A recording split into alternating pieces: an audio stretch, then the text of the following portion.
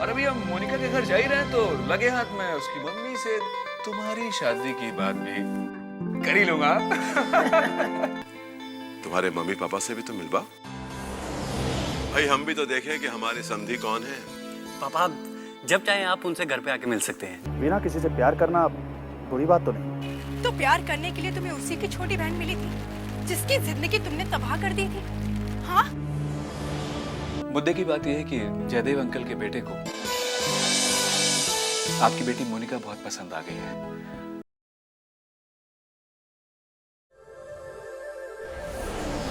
मोनिका, मोनिका, मोनिका, मैं तेरे लिए इतनी बड़ी खुशखबरी लाई हूँ ना कि अगर तू सुनेगी तो तू खुशी से नाच उठेगी। ऐसी क्या खुशखबरी है भाभी? मोनिका, कृष्णा का फोन आया था। उसने बताया कि जयदेव खुराना जी ने तुम्हारा रिश्ता कबूल कर लिया है। मोनिका, इतना बड़ा खानदान, इतने बड़े लोग और इतना अच्छा लड़का, धन दौलत की कोई कमी नहीं। तू तो राज करेगी, राज। मोनिका, क्या हुआ? मैं तुझे इतनी बड़ी खुशखबरी सुना रही हूँ और तू खामोश है। इसीलिए भाभी, क्योंकि जिसे आप खुशखबरी समझ के लाई है उसमें मेरे लिए खुशी वाली कोई बात नहीं। तू कहना क्या चाहती है मोनिका? यही भाभी कि मैं ये शादी नहीं करना चाहती। मोनिका, तू होश में तो है? हाँ भाभी, मैं बिल्कुल होश में हूँ। नहीं, तू होश में नहीं है मोनिका। दिमाग खराब हो गया है तेरा, पागल हो गई है तू। हर लड़की बचपन से ही एक राजकुमार का सपना देखती है। वो बात और है कि सबके सपने पूरे नहीं होते, पर मोनिका, तेरे लिए एक राजकुमार जैसा लड़का सामने से चल के आ रहा है और तू इनकार कर रही है। भाभी, आप तो जानती है कि मैं इन हालातों में कैसे शादी कर सकती हूँ। मोनिका, किस हालात की बात कर रही है तू? क्या हुआ है तेरे हालातों को? भाभी, आप तो जानती है कि मेरा मतलब है कि आप तो जानती हैं कि मैं राज से कितना प्यार करती हूँ। किस राज की बात कर रही हो मोनिका तुम? किस राज की?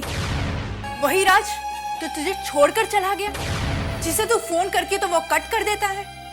वही राज मोनिका? पीछा छुड़ाना चाहता है ना? तुझे इग्नोर करता है वो लड़का, और तू उस लड़के की खातिर खुराना जैसे खानदान के लड़के के लिए इनकार कर रही है। मोनिका, अगर राज तेरी जिंदगी में नहीं आया तो क्या तू हमेशा कुंवारी बैठी रहेगी? अगर ऐसा हुआ ना भाभी, तो तब की तब देखेंगे। हरगिज नहीं मोनिका, बार बार नसीब इतना अच्छा नहीं होता। और क्या पता कल को अगर इतना अच्छा और खानदानी लड़का ना मिला तब? भाभी, मुझे अपनी पढ़ाई भी पूरी करनी है अभी। मोनिका, पढ़ाई का शादी से क्या लेना देना है? और वो लोग इतने गए गुजरे भी नहीं है कि शादी के बाद तुम्हारी पढ़ाई रोक दें। भाभी, अब मैं आपको कैसे समझाऊं कि... मोनिका, तू मुझे समझाने की कोशिश मत कर, क्योंकि तेरी बेवकूफी वाली बातों में मैं नहीं आने वाली, ठीक है? और हाँ, कान खोल कर सुन ले, तेरी शादी अभी से होनी है और उसी से होगी।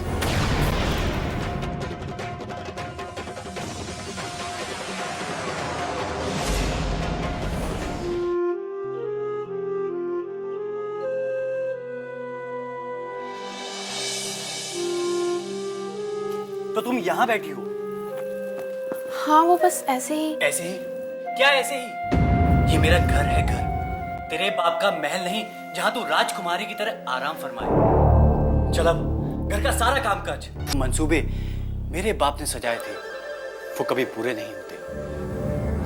चेतन, मुझे समझ नहीं आता, मेरे पापा के सामने तुम ऐसे बर्ताव करते हो जैसे तुम्हारे जैसा दामाद तो पूरी दुनिया में मिलेगा ही नहीं।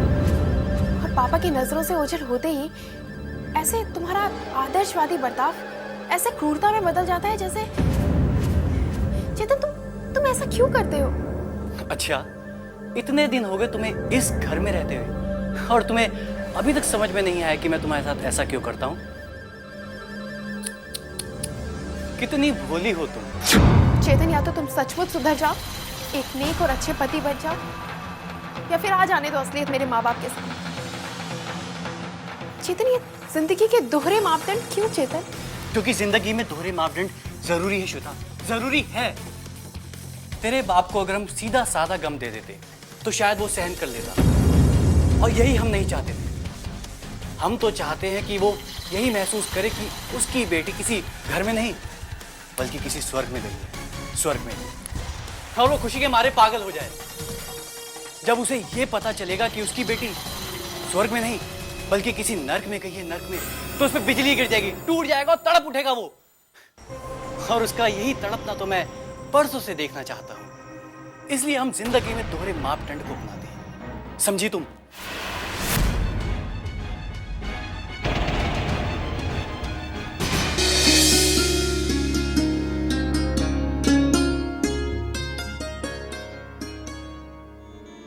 वंदना, अरे मोनिका, बैठना। वंदना, आज फिर मैं तुझसे मदद मांगने आई हूँ, क्योंकि मेरी मुसीबतों का हल सिर्फ तुम्हारे पास है। मुसीबत? कैसी मुसीबत? अब एक मुसीबत हो तब तो तुम्हें बताऊं, और तुम्हें तो सब कुछ पता है कि मुझ पर मुसीबतों का पहाड़ टूट पड़ा है। लेकिन तू किस मुसीबत की बात कर रही है? मैं तो अपने हर मुसीबत का रोना रोने आई हूँ। अब तेरे सिवा मैं किसी और को अपना दुख सुना भी तो नहीं सकती। देखना, एक मुसीबत तो मेरे पेट में ही पल रही है, और दूसरा उस राज का कोई पता नहीं जिसने मुझे इस मुसीबत में डाला है। अब एक और तीसरी मुसीबत मेरे सर पे मंडरा रही है। वो खुराना फैमिली के से मेरा रिश्ता आ गया है। पता नहीं उनके बेटे को मैं ही क्यों पसंद आई। क्यों? तो क्यों उसे पसंद नहीं आएगी? अरे अगर मैं भी लड़का होती ना तो तुझसे शादी करती। वंदना प्लीज, यहाँ मेरी जान निकली जा रही है और मेरी मदद करने के बजाय तुम मुझसे मजाक कर रही है। मोनिका, तू खूबसूरत है और शादी के लायक उम्र भी है तेरी, तो नेचुरल सी बात है, रिश्ते तो आएंगे ही ना। वो सब तो ठीक है, लेकिन इस हालत में मैं किसी से भी शादी नहीं कर सकती वंदना। अच्छा ये तो बता कि इसमें भला मैं तेरी क्या मदद कर सकती हूँ? देखो ना वंदना, वीना भाभी मेरी एक नहीं सुन रही है। हकीकत का उन्हें पता नहीं, इसीलिए उन्हें लगता है कि मैं नखरा कर रही हूँ या फिर राज के वजह से इनकार कर रही हूँ। इसीलिए मैं तेरे पास आई हूँ। तो प्लीज वीना भाभी को समझा कि वो ये शादी की बात टाल दे। तेरा दिमाग तो नहीं खराब हो गया? अच्छी तरह से जानती है तू कि घर में क्या चल रहा है। जब से मेरे और लक्ष्य के बारे में दीदी को पता चला तो पहले से मुझसे इतनी नाराज है, बात तक नहीं कर रही मुझसे। और ऐसे में मैं तेरे बारे में बात करूंगी तो उसका गुस्सा तो 7वें आसमान पे पहुंच जाएगा। ना बाबा ना, इस मामले में मैं दीदी से कोई बात नहीं कर सकती। वंदना, मैं तेरे पास बहुत उम्मीद लेकर आई थी। चाहे कोई मेरी मदद करे या ना करे, तुम मेरा साथ जरूर दोगी। मैं तेरा साथ जरूर देती मोनिका, लेकिन तू तो जानती है ना कि हालात कैसे हैं। मैं चाहकर भी कुछ नहीं कर सकती। हे भगवान, अब मैं क्या करूं?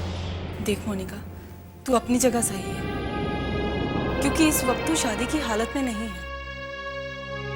लेकिन अगर तेरे घर वाले तेरी शादी करवाना चाहते हैं तो वो भी तो अपनी जगह ठीक है ना। यही तो समस्या है जिसका कोई रास्ता समझ नहीं आता। है मोनिका, एक रास्ता है। क्या? तुझे इस प्रॉब्लम से एक ही इंसान निकाल सकता है। कौन? वीणा दीदी। भाभी? देख मोनिका, अब तेरे पास सिर्फ एक ही रास्ता है। तू वीणा दीदी को सब सच सच बता दे। ये कैसी बेवकूफी भरी बातें कर रही हो वंदना? तो इसके अलावा तुम्हारे पास और कोई चारा भी नहीं है। वीणा दीदी को नहीं बताओगी तो घर में और किसे बताओगी तुम? मैं मानती हूँ कि दीदी ये बात सुनकर भड़केगी जरूर, लेकिन हारकर उसे तुम्हारी मदद करनी ही पड़ेगी। तुम किसी भी तरह हिम्मत करके बस एक बार दीदी को इसके बारे में बता दो कि इस वक्त तुम्हारे पेट में राज का बच्चा पल रहा है। ऐसा नहीं हो सकता, ऐसा नहीं हो सकता वंदना, क्योंकि जब मैंने अपने और राज के बारे में उन्हें बताया था तो उन्होंने एक शर्त पे मेरी मदद करने की प्रॉमिस की थी कि मैं अपनी मर्यादा को कभी भंग नहीं करूंगी। और आज किस मुंह से जाके उनसे कहूं कि मैंने उनका विश्वास तोड़ दिया है? मैं ऐसा नहीं कर सकती, मैं ऐसा नहीं कर सकती वंदना। नमस्ते आंटी। नमस्ते बेटा, नमस्ते। ये है मोनिका की मम्मी। नमस्ते जी, नमस्ते, बैठिए। नमस्ते आंटी। नमस्ते बेटा, कैसे हो कृष्णा? मैं तो बिल्कुल ठीक हूँ। और तुम्हारी मम्मी? मम्मी भी ठीक है। अरे भाई, उनको भी साथ लेके आते। आंटी जी एक्चुअली मम्मी थोड़ी बिजी थी इसलिए आ नहीं सकी। उनसे मिलना या उनका किसी के लिए समय निकालना बहुत मुश्किल है। बहुत बिजी रहती है ना वो।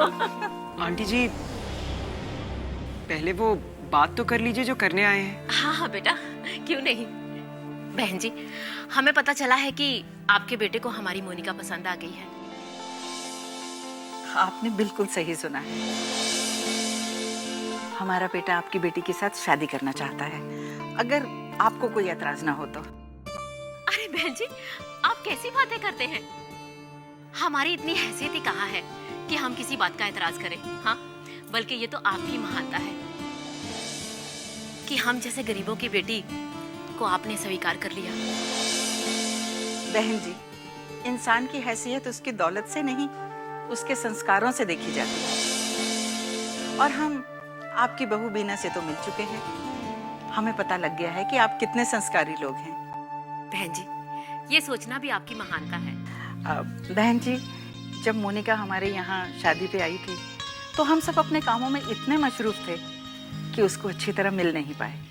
अगर अब आप ठीक समझे तो हम एक बार उससे मिलना चाहते हैं। अरे आंटी, ये भी कोई पूछने की बात है? हाँ हाँ बहन जी, विशाल बिल्कुल ठीक कह रहा है। आपका अपना घर है, आप जब चाहे आ सकते हैं। तो ठीक है बहन जी, अभी के पापा बाहर गए हुए हैं काम से। जैसे ही वो वापस आएंगे हम कोई अच्छा सा मुहूर्त देखकर आपको बता देंगे, आपके घर आ जाएंगे। ठीक है। तुम्हारे पास और कोई चारा भी नहीं है इस वक्त। मैं मानती हूँ दीदी ये बात सुनकर तुझ पर भड़केगी जरूर, लेकिन हार कर उसे तेरी प्रॉब्लम को सॉल्व करना ही होगा। तो किसी भी तरह हिम्मत करके दीदी को बस इतना बता दे कि इस वक्त तेरे पेट में राज का बच्चा पल रहा है। ऐसा नहीं हो सकता वंदना, ऐसा बिल्कुल नहीं हो सकता। अरे मोनिका, तू यहाँ गुमसुम क्यों बैठी है? ये वक्त तेरे गुमसुम बैठने का नहीं, बल्कि नाचने गाने और खुशियाँ मनाने का है। जानती है, माँ जी मिसेस खुराना से बात करके आई हैं तेरी शादी के बारे में। भाभी, ये सब आप लोग क्यों कर रहे हैं? मैंने आपसे पहले कहा है कि मैं ये शादी नहीं करना चाहती। और मोनिका, हमने भी तो कहा है कि इस मामले में हम तुम्हारी एक नहीं सुनने वाले। ठीक है, अब तो तेरी शहनाइयाँ बजने को है, मेरी लाडो रानी। भाभी, आप लोग क्यों नहीं समझते कि इस वक्त मैं शादी करने के हालात। एक मिनट।